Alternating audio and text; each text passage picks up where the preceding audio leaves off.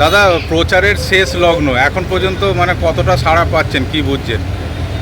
প্রচারের শেষ লগ্নে আমি যেসব জায়গায় প্রচারে বেরোচ্ছি, প্রচারে বেরোনোর সময় সে আমাদের র্যালি হোক আর কেউ সম্পর্ক হোক, হ্যাঁ, দুধারে সাধারণ মানুষ এত বেরিয়ে পড়ছে এবং আমাদের অভিনন্দন জানাচ্ছে, সম্মান জানাচ্ছে। তাদের একটাই কথা, এবারে পরিবর্তন, এবারে চাই বিজেপি।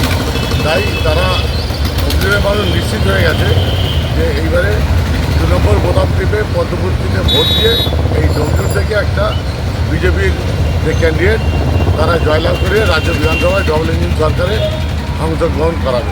এর আগে আমরা দেখেছি যখন প্রচারে শুরু হয়েছিল, সলপের বেশ কিছু জায়গায় জল মারিয়ে আপনি গেছেন, বাড়ি বাড়ি ঘুরেছেন, সেখানে কিন্তু মানুষ আপনাকে সমস্যার কথা তুলে ধরেছে।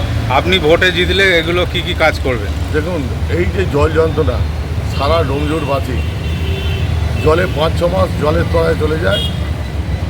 এই শাসক দল কোনো কাজ করে না, উন্নয়ন করে না, এবং জল যন্ত্রণা থেকে মুক্তি পেতে হলে আমাদের প্রথম প্রায়োরিটি যে ডোমজুরবাসীকে জল যন্ত্রণা থেকে মুক্তি দিতে হবে, নিকাশি ব্যবস্থাটা করতে হবে। তাপসবাবু বলছেন যে তাদের ইশতেহারেও বলেছেন যে আমরা ডোমজুড়ে একটা নতুন হসপিটাল করব, একটা আইটি ডিগ্রি কলেজ করব এবং নিকাশির উন্নতি করব।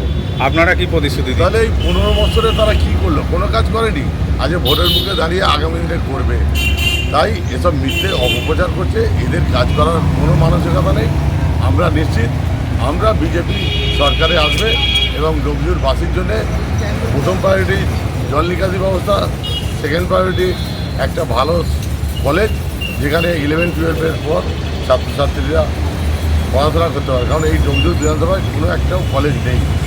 আর স্বাস্থ্যের ব্যবস্থা, একটা ভালো হসপিটালের জন্য আমরা চেষ্টা করি। গতকাল আমরা দেখেছি যে প্রথম দফায় যে হারে ভোট পড়েছে, মানুষ ভোট দিতে বেরিয়েছে এবং প্রথম কয়েক ঘন্টাতেই প্রচুর ভোট পড়েছে। এটা কি পরিবর্তনের ইঙ্গিত, কি ভাবছেন আপনি? এটা পরিবর্তনের ইঙ্গিত। ধন্যবাদ নির্বাচন কমিশনকে। তারা ভয়মুক্ত পরিবেশে যে নির্বাচন করাবার প্রতিশ্রুতি দিয়েছিল, তারা প্রতিশ্রুতি পালন করছে এবং বাংলার মানুষ সর্বত্রই খুশি যে তারা নির্ভয়ে ভোট দিতে পারছে, নিজের ভোট নিজে দিতে পারছে এবং তারা বিজেপির পক্ষে সুনিশ্চিত জয়ের বার্তা পৌঁছে দিয়েছে। রাজনৈতিক মহলে মানুষ বলছে যে এটা গুরু শিষ্যর লড়াই, এটা কি বলবেন? দেখুন, গুরু শিষ্য বলে কিছু নয়। একসময় একই দল করেছি, আজকে শাসক দলের প্রার্থী হয়েছে সে, আজকে আমি বিজেপির প্রার্থী হয়েছি। তো এখানে যে যার ইশতেহার, যে যার প্রতিশ্রুতি মানুষের কাছে তুলে ধরবে। মানুষ তো উন্নয়ন দেখবে। এই শাসক দল 15 বছর কী উন্নয়ন করেছে তার বার্তা তো তারা মানুষের কাছে দিতে পারেনি। মানুষের কোনো উন্নয়ন করতে পারেনি, নারী সুরক্ষা দিতে পারেনি, জল নিকাশি ব্যবস্থা করতে পারেনি। আর আজকে বলছে যে আমরা আগামী দিনে আবার দাও, আবার করবো। তা মানুষ বুঝে গেছে এরা ভাওতাবাজ, এরা মিথ্যাবাজ। এদের কথার কোনো গুরুত্ব না দিয়ে তারা বিজেপিকে জয়লাভ করাবে। বিজেপি সমস্ত প্রতিশ্রুতি পালন করবে। এসআইআরে অনেক হিন্দু ভোটারও নাম বাদ গেছে, কি বলবেন? দেখুন, এসআইআর কাজ করেছে, কী নাম বাদ গেল এলো সেটা আমাদের কোনো বিষয় নয়। সাধারণ মানুষ যাদের ভোটে, হ্যাঁ এসআইআর তো নাম বাদ যাবে, অন্যত্র থাকে, মৃত ভোটার, ভুতুরে ভোটার, এসব তো নাম এসআইআরের মাধ্যমে বাদ গেছে। এই জন্য কোনো ভয়ভীতির কারণ নেই।